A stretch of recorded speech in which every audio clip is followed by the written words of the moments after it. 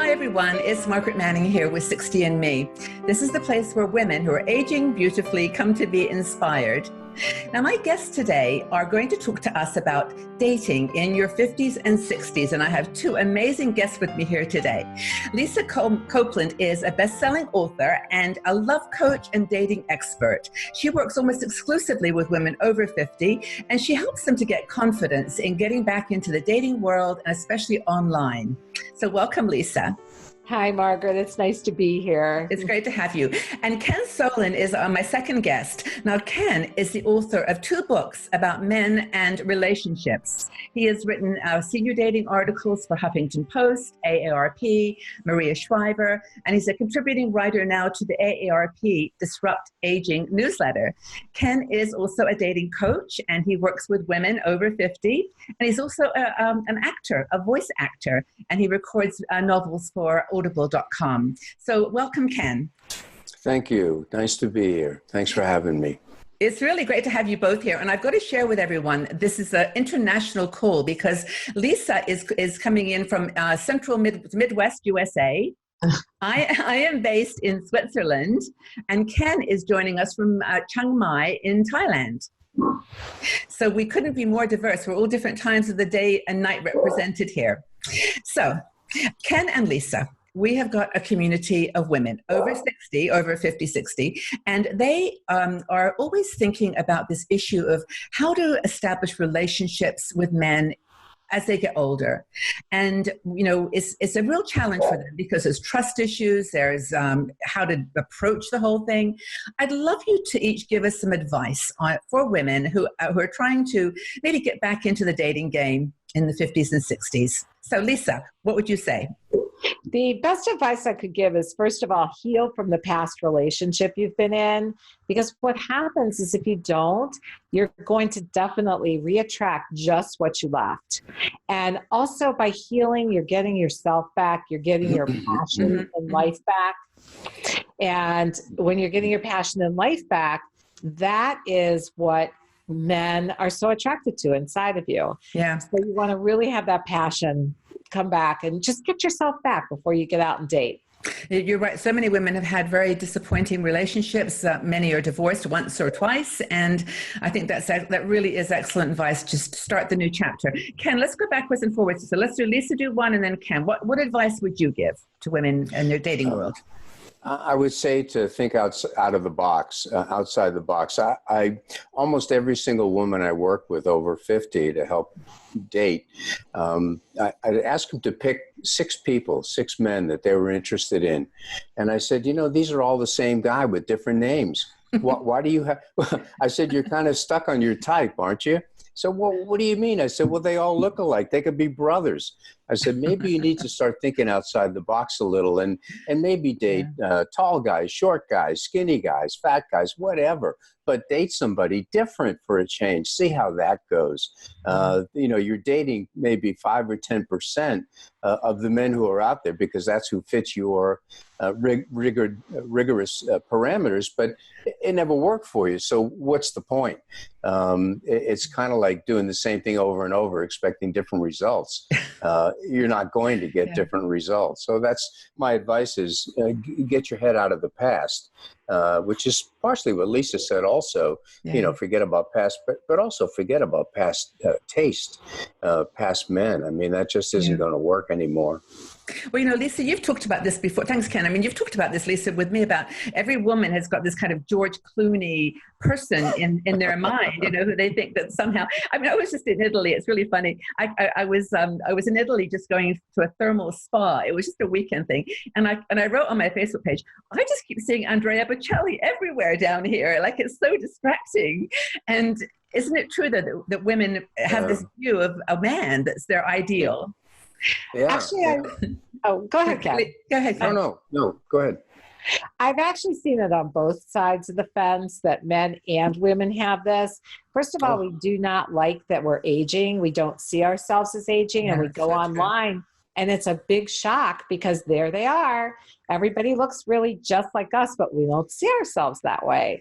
So it's very shocking. And we remember the guys, well, for women, we remember the guys when they were in their 30s, and that's kind of what we're looking for, is that hot guy.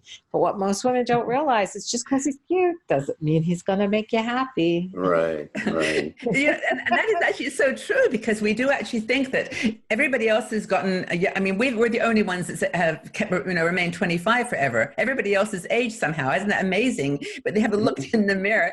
What do you think? I mean, how do you feel about that? Yeah, I kind of woke up to this on my own personal time because I kept wondering why I was so unsuccessful dating, why I couldn't seem to meet a woman who was appropriate. And then I started looking and thinking about all the women I dated for years and years. They were the same woman with different names.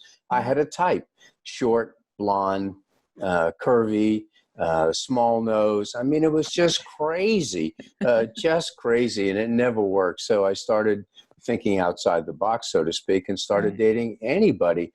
To me, every woman is beautiful if they're sweet, if they're kind. I mean, I think women overplay or overestimate how important it is to be physically beautiful, especially after 50. What makes women beautiful as they get older is their smile.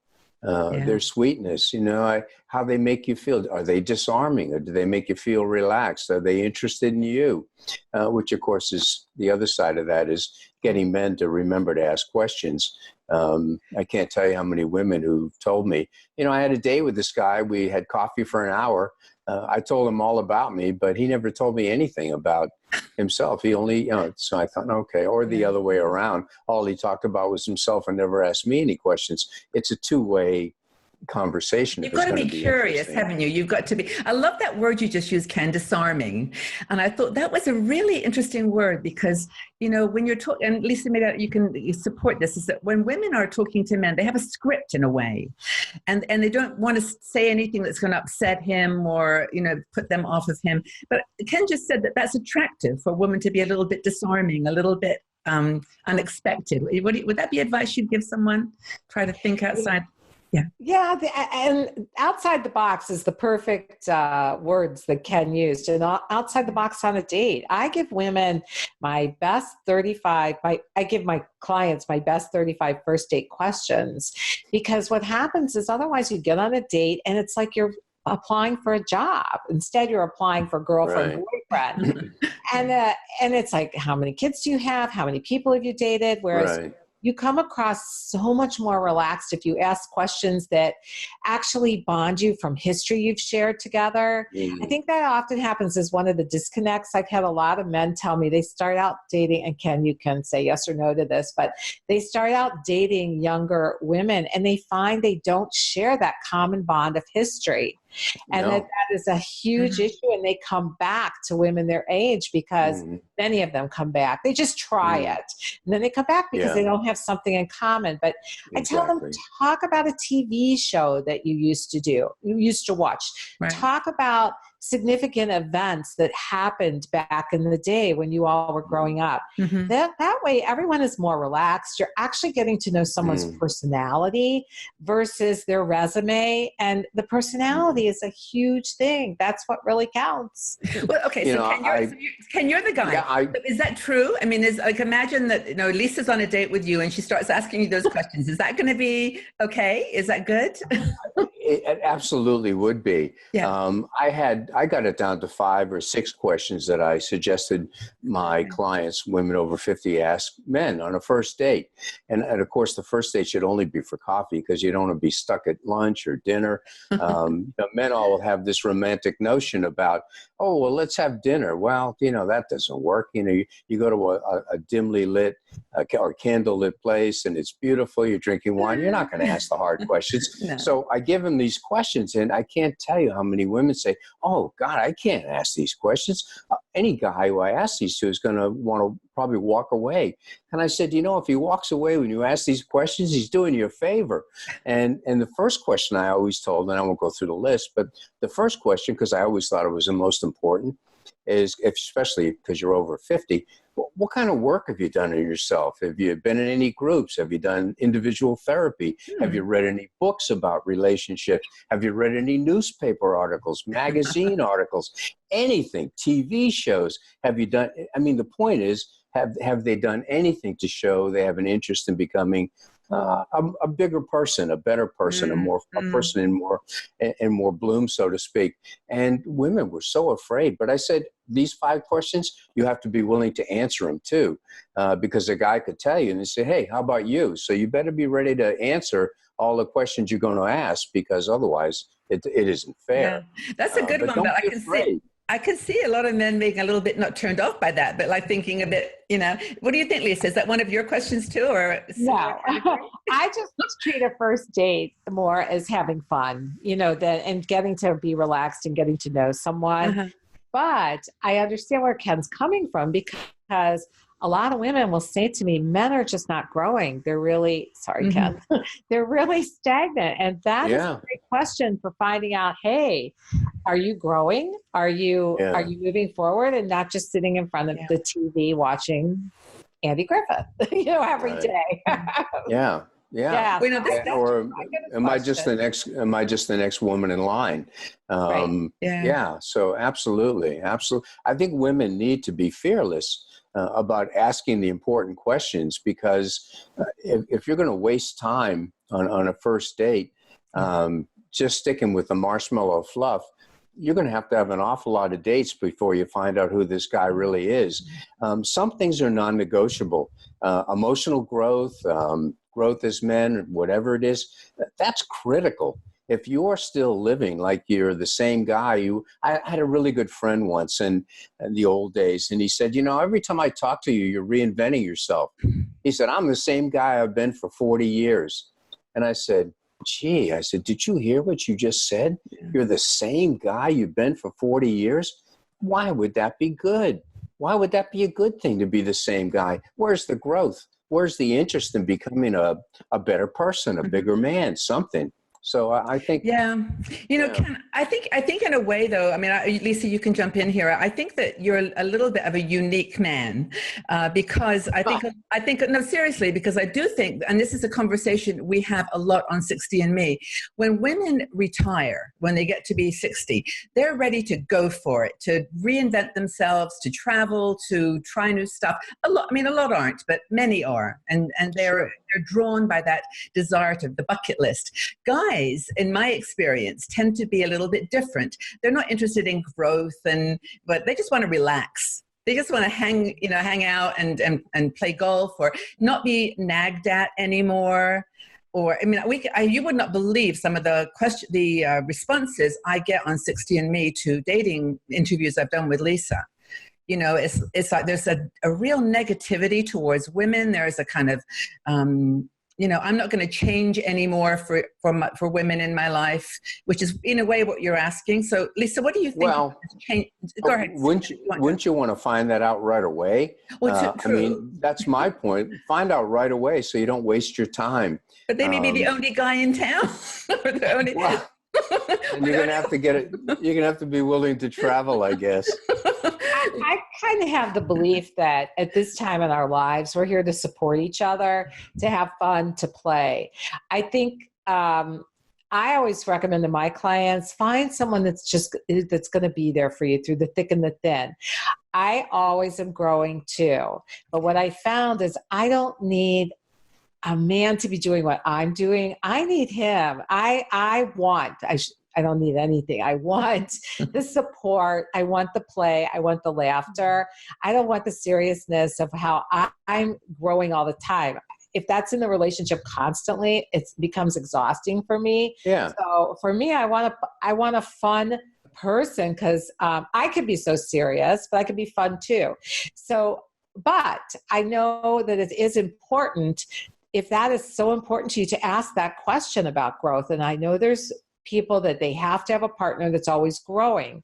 And I figure that a lot of times men grow in relationships because the woman is growing too, if we don't nag them, because you can't keep up together.